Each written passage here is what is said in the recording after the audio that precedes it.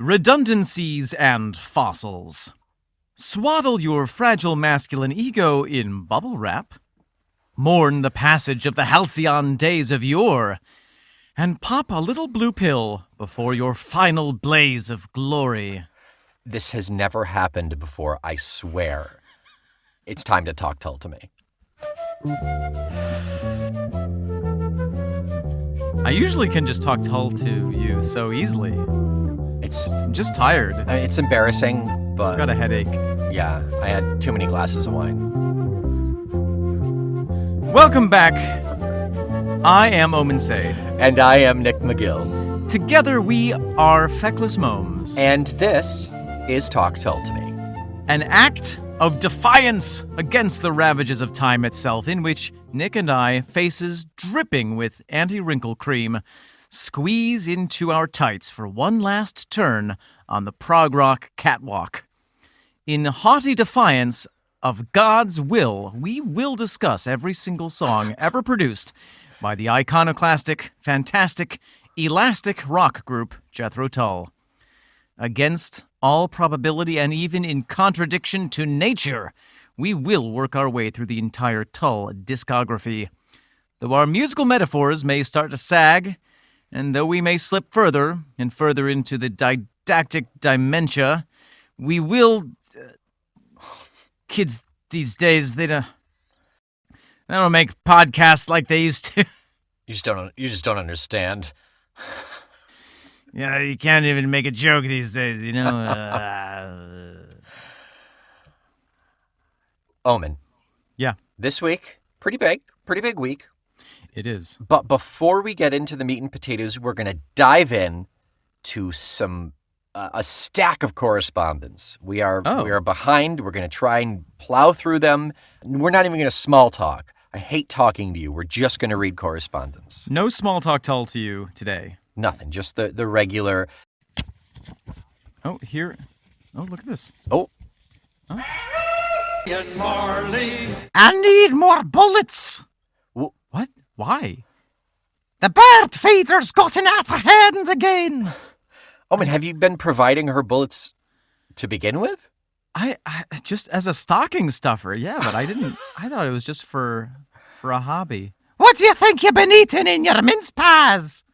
Oh no, the birds of Mary, New York City. You're not supposed to take those children's rhymes literally. They were created for a reason, and I think she might be the explanation for that. It's terrifying. Yeah, it's a warning poem. All right, Nick, what have we got there? Stacks of emails. Your emails, sir. We're going to start with an amazing origami artist on Instagram who follows us, Tankoda. Yeah, Tankoda. Go to his site. He's an origami artist. It's amazing. Hey. Hey, what? Just hey, origami. Hey, origami. Common phrase. So he writes on Instagram really quickly. Hey, so I just listened to today's Summerday Sands. Great episode and one of my favorite Tull songs, actually. One thing that has always stuck out to me is that last line, one set of footprints in the Summerday Sands. Yeah, we had a little chat about that line. I've gone for a minute, jump back on dry land, left one set of footprints on the Summerday Sands. Wasn't sure if y'all would touch on this or not. Now, it's definitely possible that this is me being Christian talking or just coincidence, but I can't help be reminded of the poem Footprints. And I meant to bring this up during that discussion. Yeah, I forgot I did too, all actually. about it. A framed print of that poem was hung in the Presbyterian church that my grandmother was associated with when I was a kid, and I remember reading it. So the poem itself, one night I dreamed a dream as I was walking along the beach with my Lord. Across the dark sky flashed scenes from my life. For each scene I noticed two sets of footprints in the sand. one belonging to me and one to my Lord. After the last scene of my life flashed before me, I looked back at the footprints in the sand.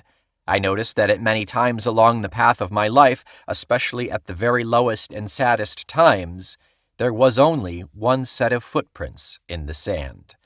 Long story short, God says, hey, I never left you. I was carrying you through those hard times. Those were my footprints. So, interesting note about that poem. At least a dozen people have claimed authorship really? over it. Yeah. But it does seem like it dates back at least to 1964. So it's, it's not totally outside the realm of possibility that Ian, may have come across it, but yeah, maybe not. It's possible, but it definitely made me think about it. Yeah, of course. Me too. He goes on to say, like I said, this could definitely be a coincidence, but the poem is very well known. If it was intentional, I don't have a clue what he was getting at. Or I wouldn't go so far as to say that this is a very cleverly veiled song about his dissatisfaction with institutionalized religion, the aloofness, lack of loyalty of the girl representing that the church doesn't give what they promise their believers. Ooh. Maybe it's trying to say that Ian was carrying the relationship. I don't know, but thought it was kind of interesting. I'd be surprised if Ian wasn't at least aware of the poem. Excellent observation. Thank you for picking up the slack.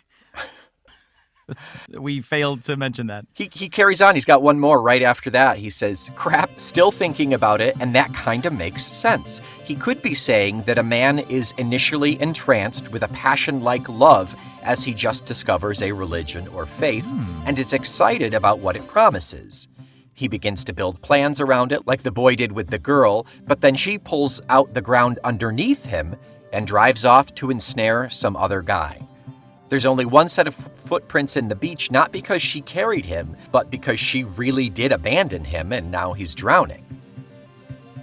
It's still pretty far-fetched, and I hate the idea that this song isn't about a girl, so I don't really buy it myself, but it fits better than I wish it did. Yeah, I think that we all kind of get like hypnotized by these songs sometimes and go down the rabbit hole. But I do think that there's something there. I wonder if if that's the metaphor that we're using, does that make young Ian Jesus carrying the relationship? Possibly, yeah. I think even if it's not a direct like pickup correlation, there may be some inspiration there. Certainly. Yeah, or at least it's a reference that isn't necessarily like a direct reference, but an oblique reference. Yeah. Now we have a little prescription for everybody. To see the kindly doctor. Nice sting. That's good. From Doc Savage. You might be tickled by this list of Ian's favorite JT songs. Hey! I found it somewhere on the net and can't pull up the link just now, but it goes like this. A Christmas song, Nothing is Easy, A New Day Yesterday, Aqualung, Locomotive Breath, Songs from the Wood, Heavy Horses, Farm on the Freeway, Budapest, and A Birthday Card at Christmas. It was an interview he gave with some magazine from sometime in the 2010s. I pass it on without comment, except that I'm pretty sure my own JT Top 10 wouldn't include any of those. Thank you, good doctor. That is definitely the medicine that we need right now. Yeah. Some of those are definitely in my top 10, though.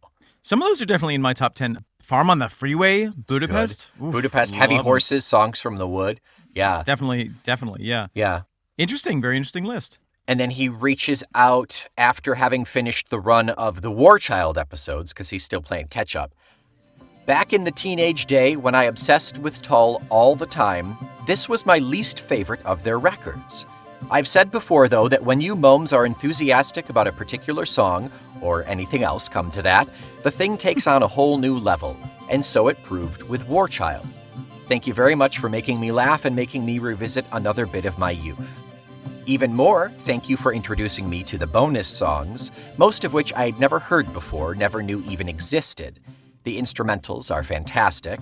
Tomorrow Was Today is a revelation, and Paradise Steakhouse is now on heavy repeat in my head and close to unseating Black Sunday as my favorite JT song. I love that song so much. I suppose I will have to start getting the Steve Wilson box sets, won't I? That ain't going to be cheap. One quick side note, I think you were spot on about Backdoor Angels, except that you could read it further as being Ian's first song about Shona, his very own ballerina. And if you have a ballerina fetish, it's kind of helpful when your big brother runs a ballet company. You know, that thought did occur to me at one point. I'm glad you brought that up, So Doc Savage. she did study ballet for 10 years, but he met her when she was working as a press officer for Chrysalis, just to be clear. Yeah, but he probably noticed her turnout. He smelled the ballerina on her, yeah. The I think the dates just about chime for when he would have met her. So is she not the lone backdoor angel of the second part of the song who, unlike the 12 arbitrary ones, is a genuine blessing? It reads that way to me, but it has been said more than once in the past that I'm full of nonsense. I've been listening to you all the time in an attempt to catch up with your timeline, to the point where I'm beginning to dream your voices. Oh, no. Dreadful. Which means that I'm laughing in my dreams. Congratulations to Omen on his wedding. May it last as long as Ian and Shona's. And his Ian impression is now really good, by the way. Oh, that's kind of you. That's your wedding present from Doc Savage. That's the best one. Okay, you, I believe, have an email as well. I have, yes. Ed F. Eddie F's writes to us a short little email, subject line, truly feckless! ! Yes, thank you very much. We are indeed. Message. Hi, Momes. More info on my 2 Tull concerts. I first saw them in September '93 in San Diego, which was a honeymoon present from my wife's relatives who live in California, since we had just gotten married at that time. The second was in August '04 when Tull played in my tiny island of Malta. Malta, which we showed up on the Malta iTunes charts at one point. It's probably Ed. Gotta be you, Ed. Thank you for binge listening and putting us on there for a couple of weeks, I think. We're not on there anymore, but hey, not bad. Yeah. He continues, go... What is this? A bunch of asterisks and then go? I think it might be a curse of some kind. A Malton curse that we don't know of. Yes, insert Malton curse here. Go to your banter and excellent knowledge of Tull. I suggest you do a Rush podcast next. Yours in Tull, Ed. And we have joked about Rage Rush to us. Yeah, I'm not gonna lie. I meant to do a count of how many Rush songs there are, but they have just as many songs, just as many albums as Tull does. So wow, that would be quite the undertaking. But that's, what do we say, 4 years from now? Not ruling it out. You know, who knows where we are in 4 years? We will have to finish our dinner before we eat our dessert. That's right. Can't eat your... You can't have your pudding if you don't eat your meat. Thank you, Mary. Thank you. That's from Pink Floyd. It is, yeah. Yeah. Another brick in the wall, I believe. Mary was featured in Pink Floyd. It's crazy. That was her voice, yeah. Yeah, that's why we have her on. That was her audition. Yep. Yeah, really impressive. Nick, what else do we have here? 2 more emails, believe it or not. We've got... Oh, my goodness. 2 more previous writer-inners. Thank you so much. We've got... It took me forever to find this, but this is from a concert in 1980 where Dee Palmer speaks. Here she is David Palmer, but yes, I think this is the same voice on The Minstrel in the Gallery on the intro of the song where he introduces the minstrel to the Lord and Lady. Let's see if I can get it to go here. It is a rough recording. Let's hear it. Thank you. Now, this next piece we're going to play isn't written by Jethro Tull. It's written by another Englishman, almost as famous, King Henry. I definitely hear my lord and lady. I hear that in there. Absolutely the same voice. Yep. Definitely. It's got the same inflection, the same pattern. Mm-hmm. Wow, what a wonderful bit of Tulkiology from Jack-a-lynn. Thank you so much. So this is the last show with John Evan, Barrymore Barlow, and David Palmer. Jethro Tull live audio recording at the London Hammersmith Odeon on April 14th, 1980. Wow. Yeah. She goes on to say, also, I'm excited for the next album, Too Old to Rock and Roll. It's not one of my most favorite albums, but I do like the title song and a couple others on it. I mostly like it because it is the start of one of my most favorite bassists on Tull, Mr. John Glascock. I know Ian probably wrote the song Too Old to Rock and Roll about himself. However, I also feel it is sort of a song to John Glascock because he died way too young at 28 years old from complications with his heart due to teeth issues. Oh, my. John Glascock was in Tull from 76 until his death in 79. My. He died at 28 as a result of a congenital heart valve defect, which was worsened by an infection caused by an abscessed tooth. Yeah. Wow. And in a September 1978 guitar player interview, Ritchie Blackmore said, John Glascock is a brilliant bass player, the best in the business in rock. Wow. Yeah. Jack-a-lynn, thank you so much for bringing both of those wonderful pieces of information to us. It's awesome. And she just finishes with one line, sorry. One of my favorite other songs on the album is a bonus track called Commercial Traveler, which, by the way, we're not going to get into Commercial Traveler until we do a couple of excerpts from an album called Songs from the North. So you're not going to hear us talk about Commercial Traveler until 11/2/21. So you got to wait a little bit, but we'll get there. We will. We'll get there. And finally, one more. Thank you, everyone. We want to cover the love for everybody. We haven't heard anything from our Anglo correspondent in a while. John, bringing some serious knowledge. Love, love, love this. Hello, John. Hello, John. When I was listening to you and Omen talking about Pan Dance this morning, which I first heard as part of the Ring Out Solstice Bells EP, something suggested a connection with Pan's People, who danced every week on BBC Top of the Pops from the late 1960s to the mid-1970s. Pan's People was a British all-female dance troupe that was most commonly associated with the BBC TV music charts show Top of the Pops. From the late 60s to the mid-70s, they appeared on many other TV shows in the UK and in Europe, and they also performed a nightclub cabaret. He goes on to say, I asked a googly friend who told me that Pan's People even appeared with Jethro Tull at the Rainbow Theater. And they were there from the 14th to the 17th of November, 1974. The Pan's People dancers from Top of the Pops appeared at these London shows. The song Pan Dance was written for these dancers, for these specific appearances. Wow. The set list was an intro, which was Pan Dance. Then it was Wind Up / Passion Play, a Critique Oblique, Thick as a Brick, My God, Cross-Eyed Mary, How Much Is That Doggy, Skating Away, Wondering Aloud, Ladies with a Drum Solo, War Child, Sea Lion, Bungle in the Jungle, Aqualung, Backdoor Angels, Locomotive Breath, Hard-Headed English General, Backdoor Angels Reprise. It was also Martin's birthday. So at 74, what are we working with here? We've got Aqualung, we've got...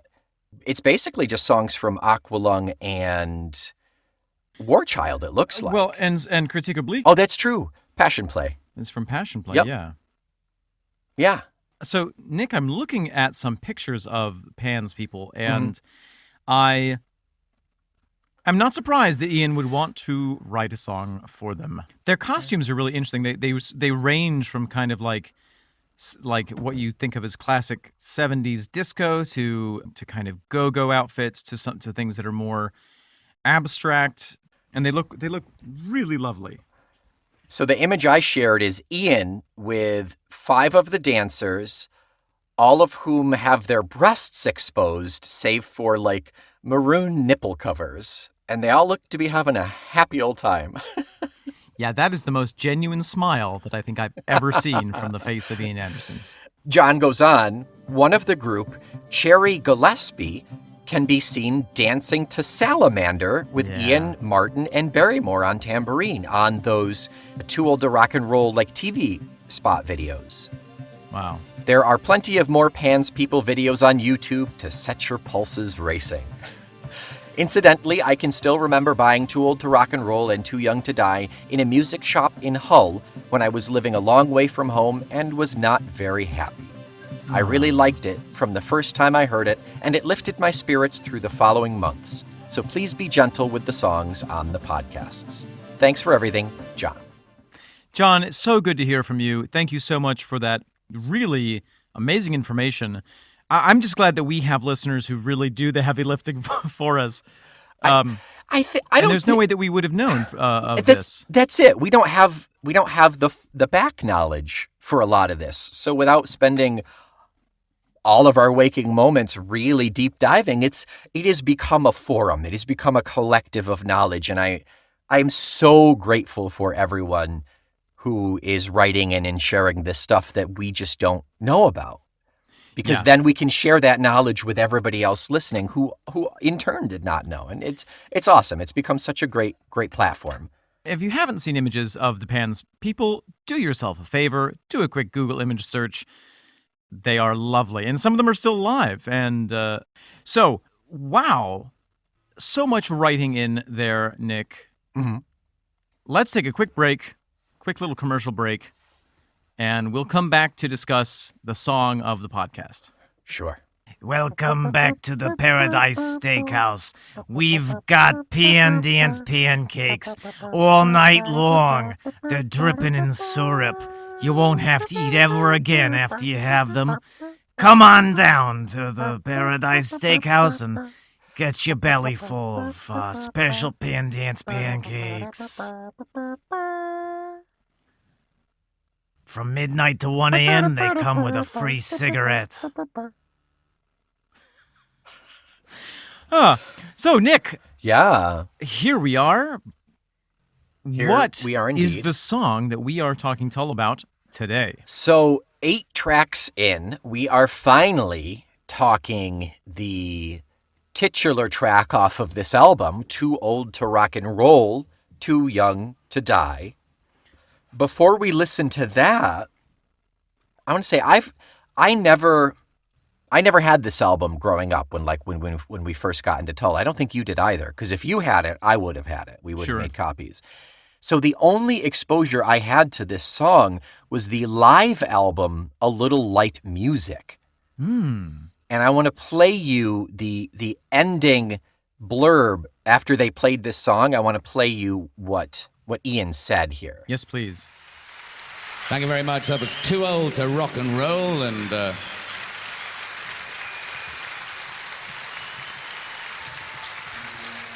that was the reggae version of Too Old to Rock and Roll. Because Martin has just returned from the Caribbean. Not St. Lucia, that was me. Antigua you went on holiday to spend your money. What a bummer, eh? But he met lots of fantastic women. Martin is a famous womanizer. Each night, Martin has over 200 women in his bed. Sorry, say bed? 200 women in his mind. Sorry, in his mind. That's all. I just... Peak Ian banter. Taking the piss out of everyone but himself. Wonderful. Well, I think Martin Barr deserves to spend all of our money in whatever way he wants to. That's right. And yeah, and that is, I'm alluding to, I didn't know how this song originally sounded. I knew the reggae version of this song.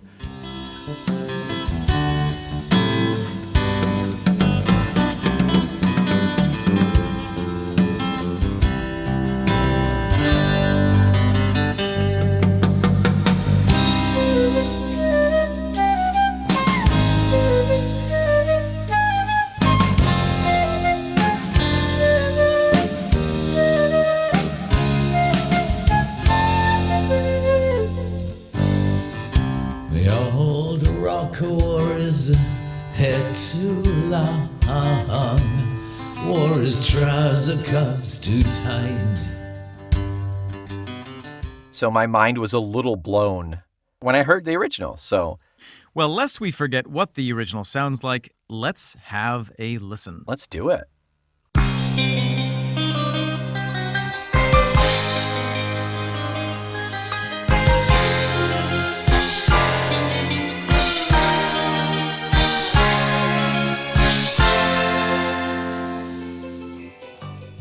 Omen. Nick. I'm going to say something probably not controversial at all. Okay, go for it. But musically, this song is a masterpiece. I really agree. I wrote in bold letters and circled on my notepad, this is one of the best composed Tull songs I think that there is. Oh my goodness. It's amazing. Gosh darn it. There's so much going on. I mean, like, you know, we could spend the entire time talking just about the music without even getting into the lyrics, but Yeah. just to point out some things that kind of make it stand apart from other songs. Typically with a lot of Tull songs we have, like, you know, the kind of acoustic intro and then the electric guitar comes in and things kind of like layer gradually. Mm-hmm. This hits you immediately with a bunch of instruments. Yeah. With Martin in the foreground with that incredible, I don't even want to call it a riff because it's really like, it feels more like a very tightly composed musical phrase. Mm-hmm. Dum da da dum da da dum da da dum dum. You know? And after that really big flourishing intro, it does pull back a little bit. They do go back to that customary, like, adding on bits and pieces, but that flourish really makes a hell of a difference, that beginning. Even with the pullback, though, it pulls back with some pizzicato strings, you know, as a transition point. Yeah. Dum, dum, dum, dum, dum, dum, dum. It pulls back to Ian and Martin with some Barrymore in the back, which, honestly, if the whole song was just acoustic, electric, and drums, great. Like, those guys are all insanely talented. They are at the peak of their performance right now. This song would be beautiful. Let's not forget Mr. Brittledick himself, John Glasscock. Oh, that's right. Yep. Who for most of the song is really holding the line and really laying down a very simplified bass line. Yeah, it is because so much is going on in this song, because it is so layered, it is very easy to miss out on John Glasscock's work. But yes, of course, he is that backbone. He has that bass backbone in this song. And it's interesting, you know, if you look at the song, the tempo of it is actually quite slow. Bum, 2, 3, 4. Yeah. 2, 2, 3, 4. It's actually really easy to follow that. You just have to listen for Barrymore's cymbals. The old rocker warriors had to long. Bum, 2, 3, 4. 2, 2, 3, 4. Every 4, he will crash the hell out of that cymbal, and that's when you know you're starting over again. Yeah. So that's a little bit about the instrumentation. We'll continue to talk about that as we go forward. But I mean, also just the tune itself. Mm-hmm. It's so good. I know. I as with every song, I gained a new appreciation for that song, never having listened nearly as focused as I do for this show. But gosh darn it, this song there is a reason it's been on every top 10 list and every best of and all of that, even though the rest of the album has really fallen by the wayside. There's a reason this song is respected and loved. I feel like it takes you through a series of plateaus that just keep rising and changing unexpectedly. You know, you have the first kind of portion of it,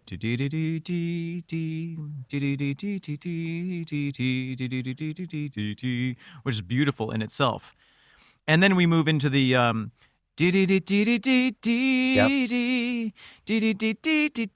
it's like, oh, it pulls, it's pulling your heart. Mm-hmm. It's very difficult to separate Ian's voice from the instrumentation. Lyrics aside, I think we need to look at his voice as an instrument in this piece. I think this is his kind of an example of his peak singing, really. Mm-hmm. Oh yeah. I think his voice is an example of it being really well matched to what he's doing, and he's He seems relaxed in it. He's not trying to put on a character. He's not trying to put on a kind of a voice. It still has this sort of bizarre Andersonian scansion that, wouldn't really work if anyone else sung it. Yes. But it comes off as less awkward. It comes off as natural in this song. It really, really does. And I think that speaks a lot to how personal this song is to Ian. Yeah, or maybe just how much work he put into it. Or that. Also that, yeah. It takes a lot of work to write a musical. It sure does. And on top of that, this is your main anthem. This is the title of the musical itself. It better be good. I wonder how much collaboration there was with Dee Palmer on this track, on this song in particular. Yeah. Because I know that this album was composed in a slightly different way than most of the albums that we've had before. Mm-hmm. I don't see anything in terms of accreditation. Yeah, other than the fact that it just says it was written by frontman Ian. So, but we also know that they spent some time in a Swiss chalet, I believe. Yes, this was recorded in. It was recorded in Monaco. That's it. Yeah. But they had like a couple of weeks in the mountains somewhere where they were writing the songs and composing. Yeah. And just in terms of reception, critical reception here for this song specifically, like we read last week, David McGee, he was very critical of the whole album, but he says this song, quote, a textbook example of the use of dynamics and nuance in a rock song. That is perfectly put. Yes. That's the one time we'll say that about Rolling Stone. That's right, yeah. Yeah, that really captures it. But it's true. Every single phrase, there is some little detail, whether it's the strings, doing a little cello line, or the kind of quartet sound or the pizzicato, or whether it's, a little detail of percussion, or, a little later on, we get the brass section. Oh my gosh, yeah, the first chorus, we start with the brass, yeah.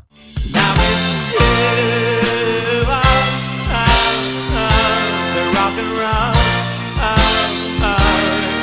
but it's too young to die. Those horns are fun. Fun. Yeah. And then what's that instrument that's like way down? It's like, wait, I can't do it. I'm not sure. Is it in the chorus? Are you saying, or? Yeah. Don't put that in, Nick. Is it not the bass? It sounds like maybe a baritone sax or something. If I heard in there what I think you were saying, it's definitely the sax, yeah. But it's so much fun. And some of them own a little sports car. I also want to say on that second listen through, I'm ashamed I did not notice the bass, because goddamn, John Glasscock, so good. Jack-a-lynn, you are right. He is a darn good bassist. And it's so smart what he's doing, because for most of the song, he's really going like doom, doom, doom, like hitting those quarter notes. And then when it breaks down at the very end, when you have John Evan come in with that, dun, dun, dun, dun, dun, dun, dun, yeah, the bass goes off. No, yeah, and never too old, to rock and roll, if you're too young to die. Yeah, even in that first chorus, I think, when everybody kind of opens up and it feels like a blossoming of the song, he goes pretty crazy there too. Yes, it's too to rock and roll, but it's too young to die. Listen to this song several times, pick an instrument that you want to focus on and listen to it, and by golly, is that good. You Holy don't need cow. any other kind of entertainment. You don't need to go to a theme park. You don't need drugs. No way. You just need Ian Anderson. So this song is, 5.5 minutes long. At the second verse, we get the strings coming back in with our Dee Palmer sweep and some pizzicato in there as well. Really nice. Once in a holiday, David Salmon, and a triumph on the hill. And then that third verse, we get the female voice. Did you catch that? I did, yeah. Yeah. There's like a female harmony. On the A1 by Scotch Corner, just like it used to be. And then it comes back at the end in almost a chorus. She opens up too, yeah. Oh yeah, and never too old, the rock and roll, if you're too young to die. And that's Maddie Pryor from Steel Eye Span. Oh. That is the one who Ian, I think, helped produce and was a guest flautist on a couple of her songs, the album called Woman in the Wings. Wow. Yeah. So they were really pulling out literally all the stops for this song, bringing in everybody. And I could surely see like a Greek chorus in the background of this Absolutely. song. This is, Trying to So see if good. there's anything else that I have musically. I mean, there's just so much. There's so many details. I love the horns. I don't know. They're so good. I don't know when the last time that we heard horns in a Tull song was. A full brass section, yeah. I mean, it's predominantly just been sax here and there. I don't think we've heard a brass section. I love it. I mean, it's just, it adds such a fun dynamic to it, and it just opens it up. It makes it, It fits this really truly, well. like you said, it's a masterpiece. It really is. It really, really is. Shall we talk a little bit about the lyrics, Nick? I think so, yeah. The tragic end that everybody saw coming to poor Ray. Or is it? Or is it? So let's look at our cartoon. Yes. So this is the second page. So we've just had Ray Lomas reminiscing about the days when he used to be called the Big Dipper. Correct. Yep. And then there's a panel of him sadly walking through a crowd where people are kind of staring askance at him, and he says home. And then he's sitting somewhere with a cigarette, and he's imagining he has a little thought bubble in which there's a motorcycle. He says, I've got to get out of here. I've got to get Doris and take off. So then there's the next panel. He's got his hands on the handlebars of a motorbike. He's got his helmet on. He's got a kind of an aviator scarf, and he says, come on, Doris, baby. Don't let me down after all this time. So Doris is the name of his bike. Doris is the name of his bike. And then there's a wonderful kind of page-long panel that shows him on the motorcycle in various kind of shots, all of which is underwritten with this big red varoom. And he's thinking to himself, women, all they want are washing machines, pills, and nylon and bedspreads. Pills? Bullshit. That's what he says. Okay. And then you see a little speed marker that says 70. I assume that's miles per hour, but it could be kilometers, actually. And then you see his horrified face, and then the next panel is smash. The potential untimely end.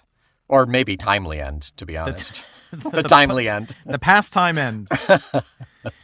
So, with that in mind, let's get into the lyrics. Yeah. The first stanza, if you will, is a description of the old rocker. Yeah. Which at this point we've seen on stage. Even if we don't have specific details, it's safe to presume we know pretty much what Ray's looking like here. Yeah, and he's the image of this 1950s kind of classic rock and roll. Death's head belt buckle, double sewn seams. That's a reference to the kind of jeans that they would wear. Post-war babe gloom. Mm-hmm. A lot of them were born, right after the war or during the war, so they were young, in that era. They were the first generation after the war, yeah. Right. And then it says he's too old to rock and roll, but he's too young to die. And let's just, Nick, can we break down that phrase for a second? I think that is a very good idea. I think we've kind of skirted over that for a while and kind of assumed, but I think it could not hurt to really dissect it. This is an example of Ian's better writing, I would say, just because it's a phrase that rolls off the tongue so easily and yet contains so much within it. Yeah, it's easy to be like, okay, I get it, without thinking too hard about it. But the more you think about it, the deeper and sadder it gets. What does it mean to be too old to rock and roll? Well, presumably society has deemed that you should grow out of your, I guess at that time, the rebel age would be a rock and roller age, Sure. James Dean, the Fonz, etc. Yes. Those are my cultural references. Thank you. So at some point, you grow up. You stop going to see concerts and you stop being a rebel and you settle down. Yeah, he's too old for all that. He's too old for all of that, yeah. However, the opposite of being too old for something is being too young for something, and it's not the premise is not a dichotomous two-sided coin. It's not if you're too old to rock and roll, you Then should you're be dead. There is this limbo period Right. where you do settle down, where you have a wife and kids and a dog and a picket fence, and you have a desk job. And for Ray, that is not an option. Yeah. Or certainly it's never an option that he considered or wanted. He's too wrapped up in his identity as a rock and roller. Uh-huh. Yeah. So then kind of scoping outward from that, into a broader meaning of that phrase, I feel like rock and roll in that context is a little bit of a metaphor. Okay. So like, I think each of us has something which is rock and roll to us. Okay, it can be applied to anything. Yeah, I think, let's say for a minute that rock and roll metaphorically is a certain relationship with life where you are enjoying it, where you are living life to its fullest, where you are using your unique talents and individuality to your benefit. And it is really focusing on, I think, a me first and me alone attitude. Yeah, definitely. As opposed to contributing to society or thinking about a family, something like that. Right.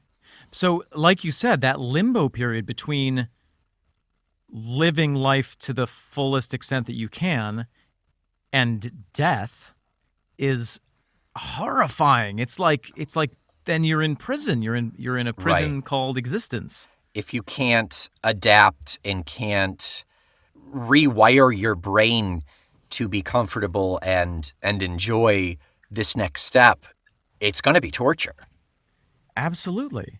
I like to think of it as too old to podcast, too young to die. I think we're now just old enough to podcast. Just old enough. We've got some time. We'll be good. We got our podcasting license finally. Yeah, we've been doing pirate podcasts the last 2 years. So then after that chorus, he goes into, there's sort of a comparison between his old life and his, contrasting what his ideal life is with where he is and where all of his friends are. Right. It's either all of the guys that I was a rock and roller with are now doing this, or I could even see it as like almost It's a Wonderful Life, where he's envisioning what life could be, but the opposite. Like it could be. Yeah, I think so. It's something that he in no way wants. The end of this song obviously ends with his, with this big crash that seems to be implying his death. Mm-hmm. And so it's almost as if this whole song is his life flashing before his eyes. Yes, absolutely, yeah. And seeing the past and seeing the present, seeing the future all together. So he says he once owned a Harley Davidson and a Triumph Bonneville. He once owned a Harley Davidson and a Triumph Bonneville. Those, of course, are both classic motorcycles. But he does have a motorcycle still. Yeah, but it's probably old and needs some work. Yeah. Whereas he owned those motorcycles when they were new. Right, in his prime, yeah. And he counted his friends in burned-out spark plugs. Ooh.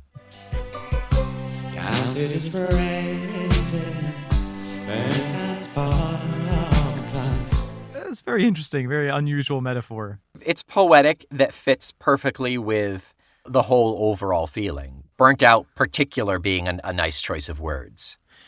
Yeah, and there's the kind of dual implication that, you know, he spent so much time on his bike that he could literally keep time and mark his existence by how many spark plugs he had burned out. And they are replaceable. They are disposable, maybe.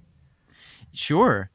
And the sense that he was, you know, the implication that he was living life so hard that he was just burning out everything around him, Right, man, 'cause yeah. he was on fire. Yeah, nobody could keep up, not even his spark plugs. Right, exactly. But he's the last of the Blue Bloods greaser boys. Yeah. But he's the last of the blue bloods, a greaser boys. So I looked up what blue blood means, and it actually means, it usually has a connotation of aristocracy or Yes, nobility. royalty, So I think what he's implying here is he was the king of the greasers. Oh, absolutely. Yeah, he is the longest run. He's the Queen Elizabeth II. He is still hanging in there. Exactly. Nobody else is around. He did not, unlike Elizabeth, he did not procreate, so there is no one to take on the mantle once he's gone. He was Danny Zuko, and now all the rest of the greaser boys are, oh, well, we see in the next line. And this is such a fantastic little line here. All his mates are doing time, i.e. in prison, Right. married with 3 kids up by the ring road. And all his mates are doing time. Married with 3 kids, up by the ring road. Yeah. There are some people who present day see being married and having kids as being held down, being tied down and in prison. You know, Yeah. there's the old expression referring to one's wife as the old ball and chain, The ball and chain, yeah. which is pretty messed up if you think about it. But Yeah. you know, kind of, there's the joke about all boomer humor is based around I hate my wife. Yes. I mean, that was stand-up comedy from the 90s. Absolutely, absolutely. I can think of any number of really kind of horrible jokes based on that. Uh-huh. So he sees what all of his friends have done as prison. Right. Yeah. And then he goes through the list. I mean, they sold their souls. Some of them own little sports cars, but they're like midlife crisis little sports cars. They're not a rad Harley or an old muscle car. Yeah, it's like a pale shadow of the real thing. Yeah, they want some semblance of what they had, but they can't do much more than that. But it has to be safe. Yeah, exactly. They go to tennis club dues. They drink drinks on Sunday there, but they go back to work on Monday. And most importantly, thrown away their blue suede shoes. The betrayal. Blue suede shoes. Elvis song for perfect reference for the era. Totally. Absolutely. Oh, but don't you step on my blue suede shoe. Well, you can do anything but stay over my blue suede shoe. You know, and actually Elvis is a great thing to bring up here because I think that the implication with all of this, you know, like burning through the spark plugs, this sort of implication is that lifestyle was so hard and so fast that everyone who was a part of that either died young James Dean. Yeah. or got out of the life. Yeah. And I love the implication that, you know, they're not only in prison because they're married, but they literally have sold their souls. They're in some kind of moral. It's purgatorial. Yeah. Yeah, totally. Mm-hmm. And so he is the anomaly because he didn't sell his soul and settle down by the ring road. Right. In the new construction homes that all look the same. And he's not dead. Yeah. So he is I guess for all intents and purposes, he is a rock and roller, you know? I mean, even though he's, by definition of this song, he is too old to be a rock and roller, he still is technically one because he has not crumbled to societal structure, I guess. Right, but he's also too old to do the only thing that he's good at. Yeah. And so I almost read it like he's viewing himself as a mistake. Now, how is this allowed to happen? Why am I not dead if I can't rock anymore? Yeah. So for him, it is that two sides of that coin, that he should be one or the other. Right. And since he's not able to rock and roll, he should be dead. Then we get into that last chorus. Can you explain? There's one line that I just can't understand on this one. Sure. So the old rocker gets out his bike to make a ton before he takes his leave. So the old rocker gets out his bike to make a ton before he takes his leave. What's making a ton? I read it as making a ton of money, but it doesn't fit. I think it's sort of like, I read it as sort of making a big impression, or like getting one last ride in, making a ton of noise, making a ton of miles under your belt. Okay. Yeah, it's possible. It's possible. I wonder if it's a phrase that we are just not privy to. You know, I'll make a ton. Yeah. That always implies to me money. Maybe in his mind he's so upset that it's sort of like this is his last big blaze of glory, as if it's a concert, as if he's giving a performance. Have you seen the musical Pippin? I have not. So the whole premise of Pippin is there's this young prince who is trying to find his purpose, and there's this magical player. This, it's all in the context, like the whole world is the world of performance. And at the end of it, the player is like, if you really want to find meaning, you should do this one last act, and it's going to be amazing, and everyone will love you. And the act is to commit suicide. Oh. And he almost does it, and then at the very end, he's like, wait a minute, no, I'm going to go and live with this nice lady that I met who has a child and settle down. And the player's like, but what about glory? Yeah, your legacy, yeah. Yeah, literally. And he's like, no, I'm going to give all that up. Huh. And the world crumbles, and then he sort of ends up happy. This is that moment for me. He's like, I'm going to go out in a blaze of glory, and everyone will remember me. Yeah, because the only other option is to languish for how long and get nothing out of it. Yeah. So then the next line, he says, up on the A1 by Scotch Corner. So this is a little interesting bit of geography for you, Nick. The A1 is one of England's highways.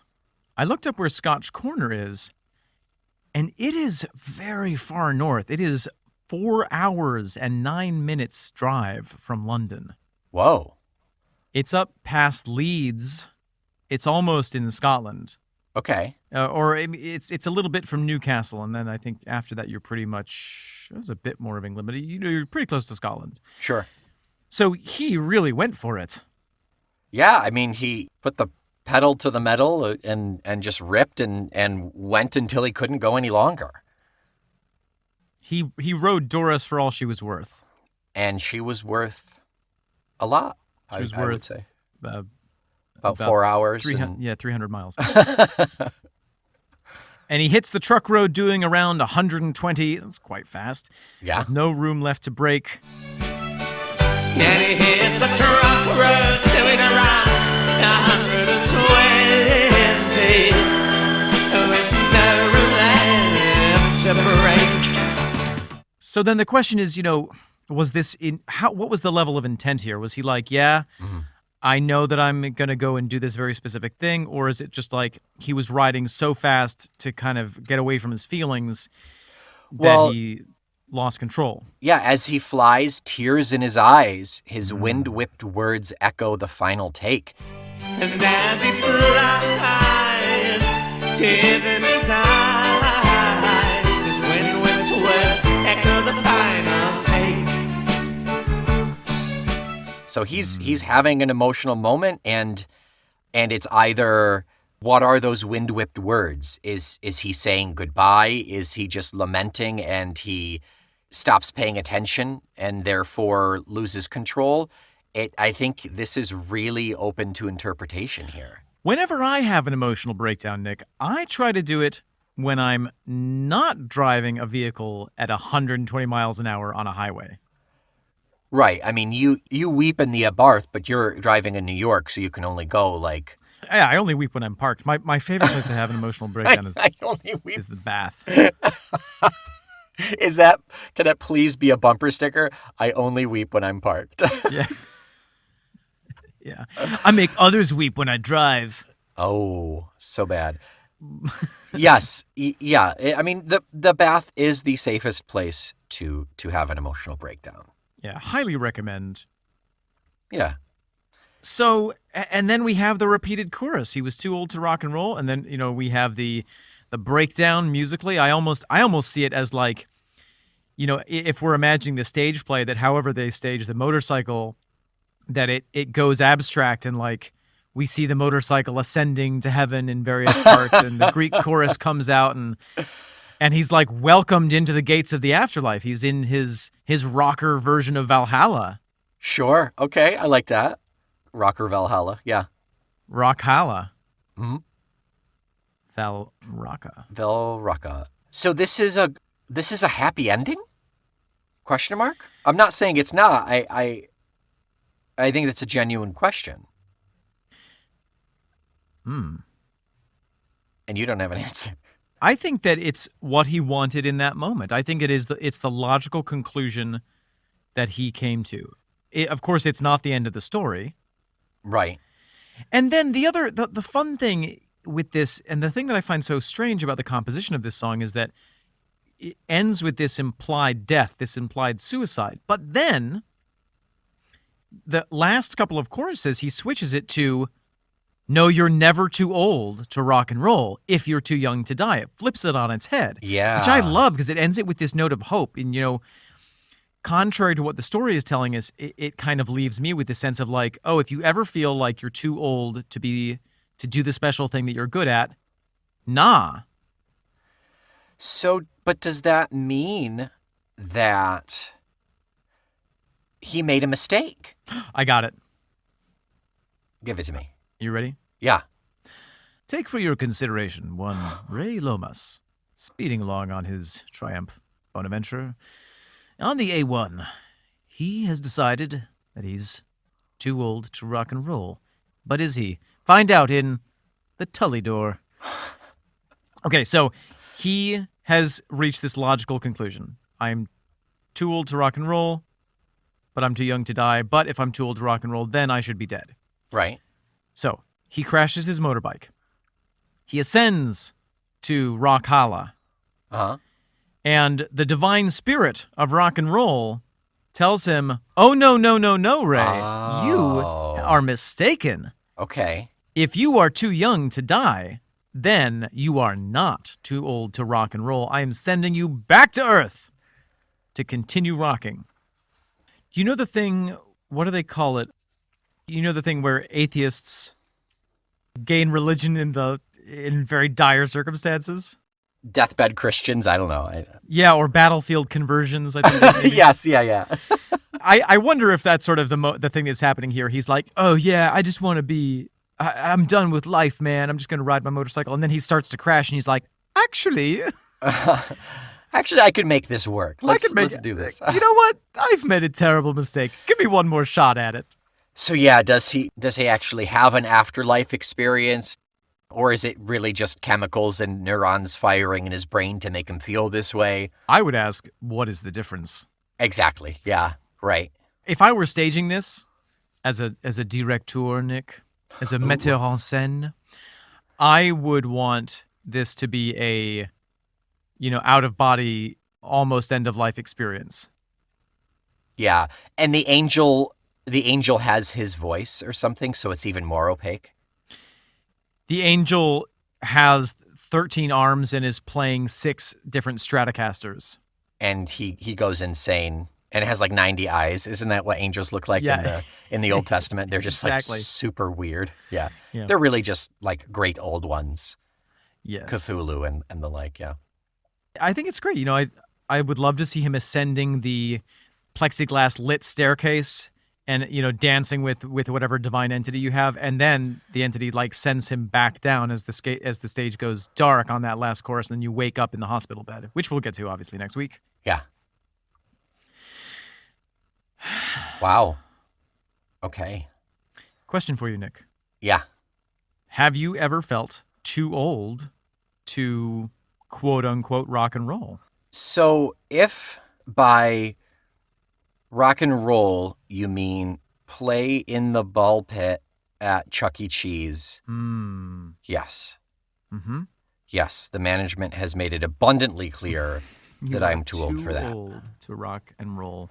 Yeah. In that pit, yeah. However, I mean, I've never felt terribly age-gated, I guess. I mean, I still play video games. I still play Dungeons and Dragons. I still play board games, I don't feel like I've aged out of a particular thing.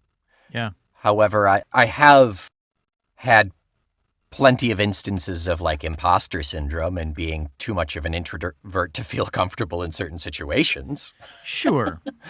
But that is very different. Yeah, definitely. You have had that feeling, have you not? I have sometimes, I as I think we've mentioned, I performed for a long time on stage, and a lot of the roles that I had tended to be very, very, very physical. Yes. Okay. With a lot of jumping off of things. And the last summer that I performed, I remember I was squished into a trapdoor under the stage, ready to make my entrance, which was leaping out of the trapdoor 3 feet straight up into the air and then landing on the stage and then leaping from there onto a block. And I remember thinking, this is not as easy as it was 5 or 10 years ago. Yeah. Yeah. A physicality certainly makes you aware of your age. But I don't think I've ever felt not relevant. Yeah, I think that's a good way to put it, that is more what this is hitting at. I think that as I've gotten older, I've gained the rock and roll of compassion and there's nothing more rock and roll than compassion. The sick licks of empathy. The badass drum solos of wisdom. Of caring for other human beings. Yeah, exactly. I feel like I rock harder than I did before. Good. That's the way you should feel. Yeah. Yeah. Whether you actually do or not is a different story, but that's the way you should feel. Wow. Yeah. Just final note, how many times has this been played in concert, Omen? Oh, probably a lot. Yeah. I'm gonna guess it's in the 500s or 600s. In toto? Yes. 884. Wow. 884. Only 4 more times and it'll be 888. That's right. Fairport Convention played it once, a cover by Fairport Convention. Ian Anderson, 208, and Jethro Tull, 675. Played 19 times in 76. And then it kind of ebbed and flowed over the years. There was 52 times in 97 for some reason. And then most recently in 2019, it was played 42 times. Wow. Yeah. Great. Yeah. I mean, I do think that as Ian has gotten older, it's probably become more poignant for him to play that song. And I'm sure there is some level of tongue-in-cheek acknowledgement with the audience of irony. Of enjoy this. Yeah. It's funny that he wrote that song when he was in his 20s still, and now he's in his 170s. And he is still not too old to rock and roll. Clearly. And I think that is the message that I take away from this song, Nick, is much like as our good friend Dante Alighieri says, that while we can see the stars, there is hope. There you go, yeah. If you are alive, you are by definition able to rock and roll, whatever that means to you. Boy, that Dante, he was ahead of his time. They often call Dante Alighieri the Jethro Tull of of medieval Italian literature. The Ray Lamas of classic lit, right? Omen, Yo. anything else? I think that's a tidy sum that is too old to rock and roll for sure. Great. Amazing song. I'm going to listen to this like 3 times more this afternoon. I think so, yeah. But he was too young to die.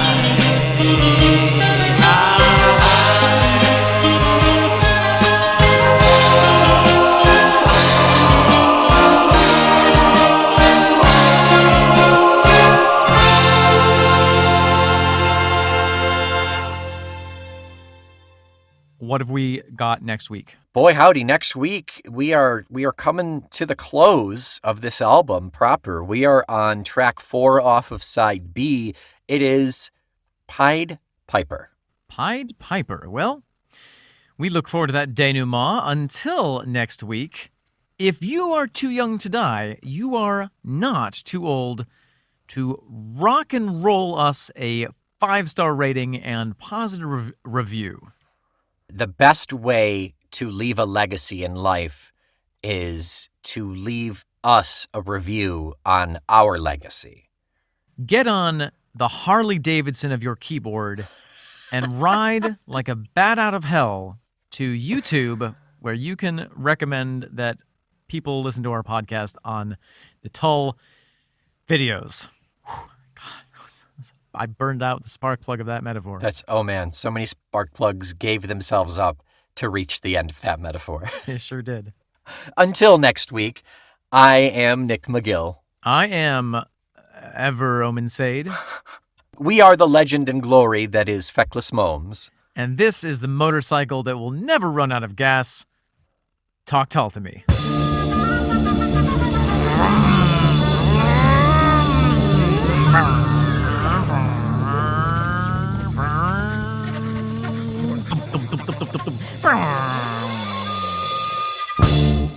So I dropped off this bike last week, and it's still not ready? What's wrong with it? Listen, buddy, okay, your catalytic converter is it's got chromium casings cracked on it right here. You see right here? That can't be good. No, it's not good at all, buddy. And over here, your ball bearings they're shifted 30 degrees to the left, which I don't need to tell you that that's gonna take a little while. Okay, all right. Yeah. I mean, I know I was having trouble with the spark plugs. Did you figure that out? Or? Yeah, I did. Well, your spark plugs were full of squirrels, which is... I didn't know that could happen. It's not standard.